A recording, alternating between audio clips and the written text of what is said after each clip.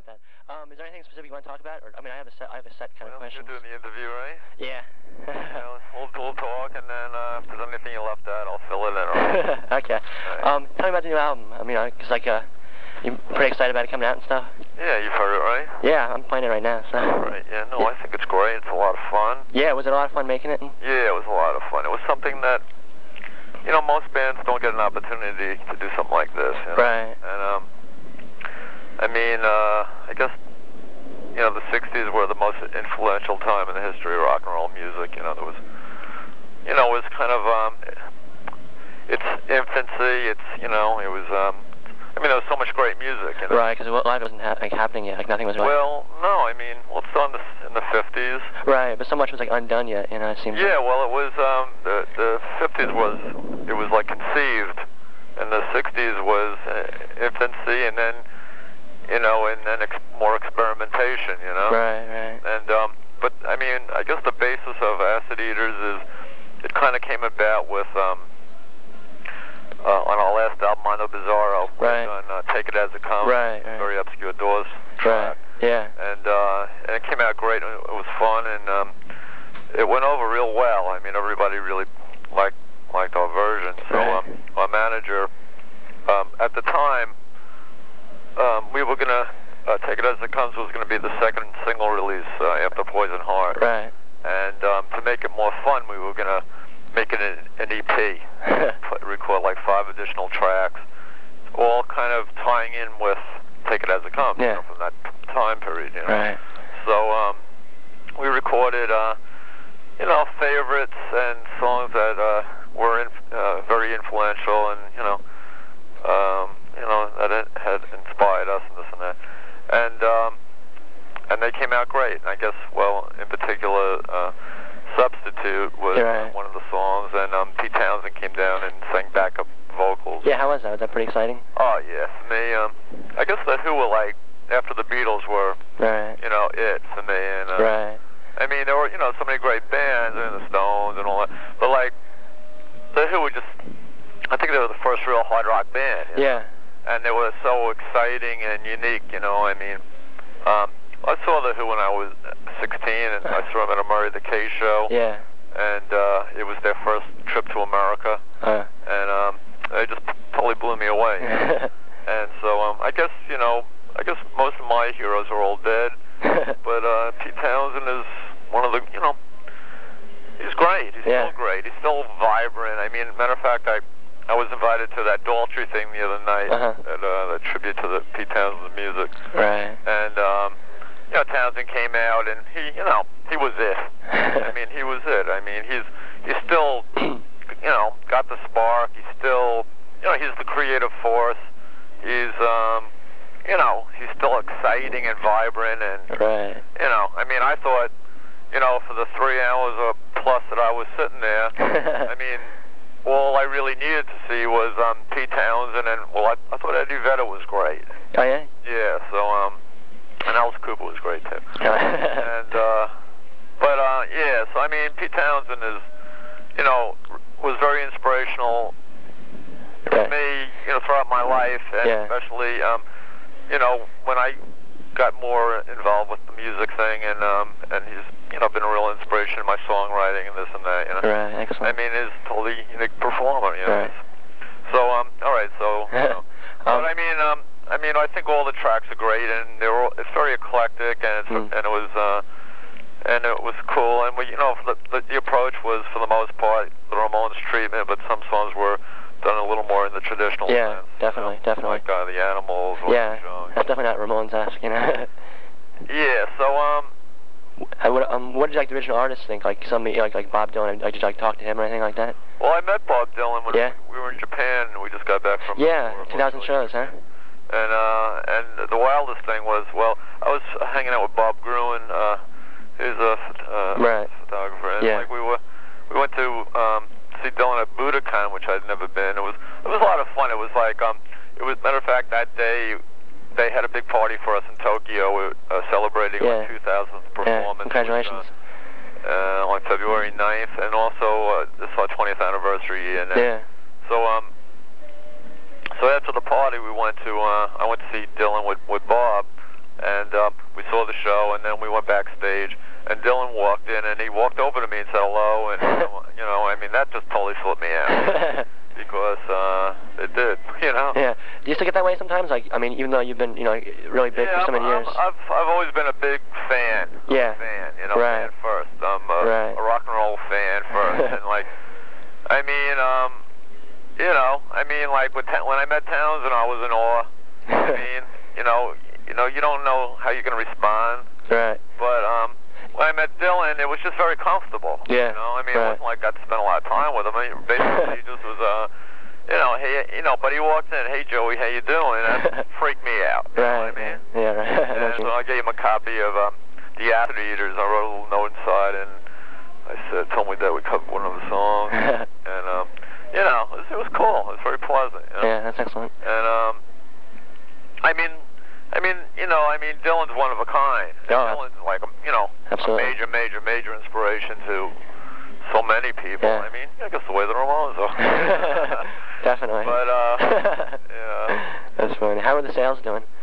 Well, the album's been out a month. Yeah. You know? Yeah. But, I mean, it's been out since November in Europe, and there it's doing great. It's doing really great in Germany and Japan and Australia. I mean, it's doing well, and it's being received probably the best, you know? Yeah.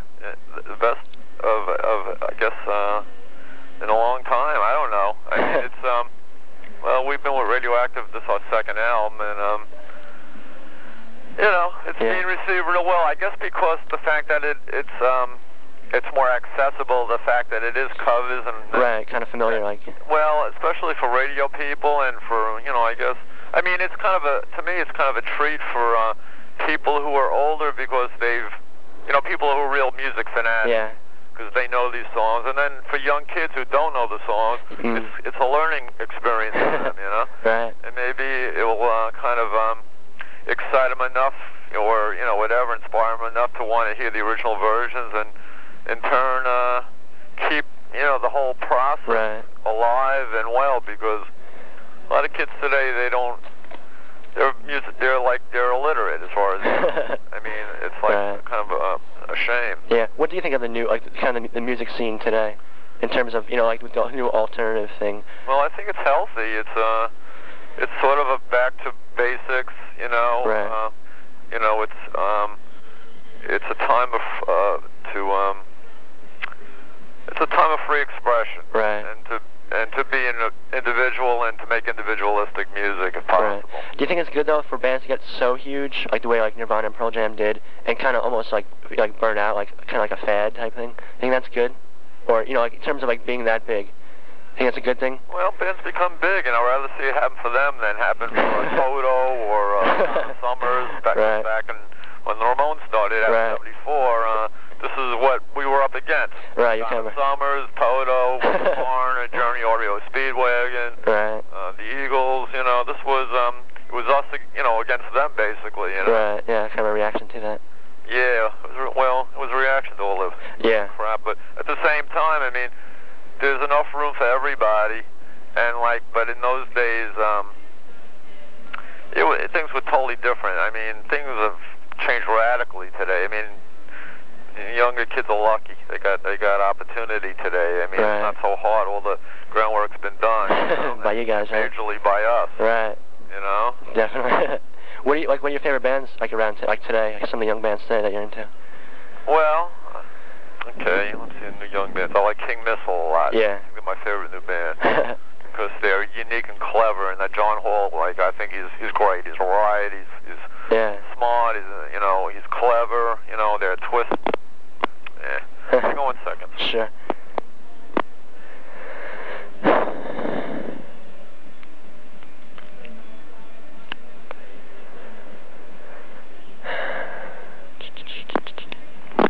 Hi. Hi. I like Degeneration. Yeah. There's a guy named Mickey Lee who happens to be my brother. He's got a band called Stop, which is a new band. Yeah. And actually, I'm going to do a project with him. We're going to call it Sibling Rivalry. And who else do I like? Well, I always loved Holly Vincent. She's got a new band called Oblivion, I think, or Oblivious or something. Yeah, yeah. Are you into a band? Have you ever heard of a band called Green Day? Are you familiar with them? Yeah, you know, I've heard about them recently. Yeah. I saw, like, I was watching MTV. Yeah. And the news, and there was a snippet of them. They sound like the Buzzcocks to me or something. Right. But so I'd like to hear more of them. Yeah. Definitely now I'm intrigued. You know? Yeah, because they're playing in the city in a few weeks. Yeah, I noticed that. Yeah, I've seen them live a few times, and they're just they're great live. Yeah, no, I'd like to see them. Yeah. I'm just trying to think who I really like of the newer bands.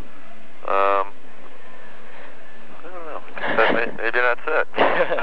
But yeah. like, I guess, you know, like the other night I met Eddie Vedder. Yeah. And, you know, I guess I thought that he was kind of full of himself. Yeah. But meeting him, he's a real genuine, decent guy. Yeah. Down to earth, and I really, you know, I feel completely different towards him nowadays, you know? Yeah. I mean, I think Pearl Jam are okay, you know? Right. And, you know, he's really cool. He's a real music fan, you know? Yeah. And, I like where Nirvana's at. Yeah. You know, one thing I can say about them, they got some really good songs. I mean, you know, like In Bloom and Lithium and, right. you know, and at least, you know, they're kind of like, you know, kind of like punks, you know? Yeah. You know, they're not into any sappy shit, you know? You know, is good. Right, definitely. And, what else do I like? Yeah. Any chance you guys doing like Lollapalooza or anything? Well, that would be great. Yeah. You know? The thing is that, not to get into our shit, but, I mean, we've been, you know, matter of fact, we just, I like Soundgarden, too. Yeah. Yeah. We just did this big festival in Australia. It's called A Big Day Out. And it's like, I guess it was the biggest rock festival so far. It was 50 bands, 5 stages. It was 12-hour. Jeez. A 12-hour day. Yeah. And like, we co-headlined with Soundgarden, The Breed of Smashing Pumpkins, wow. Jova, Kill Bjork, Primus. Yeah. It was like, it was just great. It was great, you know. It was like a Lollapalooza kind of thing. Right. But it was a lot of fun. You know? Yeah. So yeah, a couple of bands that I forgot to mention that are my favorite new bands. Frank Black's definitely one of my favorite bands. I mean, he's up there. Right. And The Breed is. Yeah. Smashing Pumpkins, I like them. Right. I mean, they're cool. They're cool. They have kind of a cool groove about them. And The Breeders are just totally insane and like anything goes, like crazy. Yeah. You know. You know. So I mean, one thing about being, you know, doing this tour in Australia, I got turned on to some bands that didn't know that, you know, I liked or liked as much as I thought you know what I mean? Right. I know what you mean. Like because when I like that song Cannonball. Yeah. I saw The Breeders live. They're great. They're totally insane. Yeah. And like Smashing Pumpkins, you know, I got mixed feelings about some of the new bands. It's like it's not like primal, and it's not like spontaneous. It's almost like a format. Right. It's almost like it's just not the way rock and roll used to be. Yeah. Or should be. Right. But like there's something cool about them, so I'll stick on that. What does it take, you think, for like a young band who's like just starting like today? Like because I'm trying to start a couple of, you know, like a band or something. Yeah. What would it take for me to like be successful? Well, just gotta be yourself and try and be original. Yeah. Don't sound like Meatloaf or anything. You think it's still possible, like to like? I mean, it seems like you know, there's so many bands out there. How does like a band, you know, like make it? It seems like. Well, the best way to start is to you know, the idea really is to be unique if possible. Right. You know, not to sound like everybody else. Right. But you know, be exciting, be fresh. Right. You know, I mean, sure, it's easy to say that, but basically that's kind of it. I mean, it's really being, you know, an individual. Yeah. You know what I mean? So, yeah. I mean, not being, you know, whatever that means to you. You know what I mean? Yeah. I know. Because everybody, you know, everyone that sounds like everybody else. So what? It's done, you know. Right. And like, I mean, the music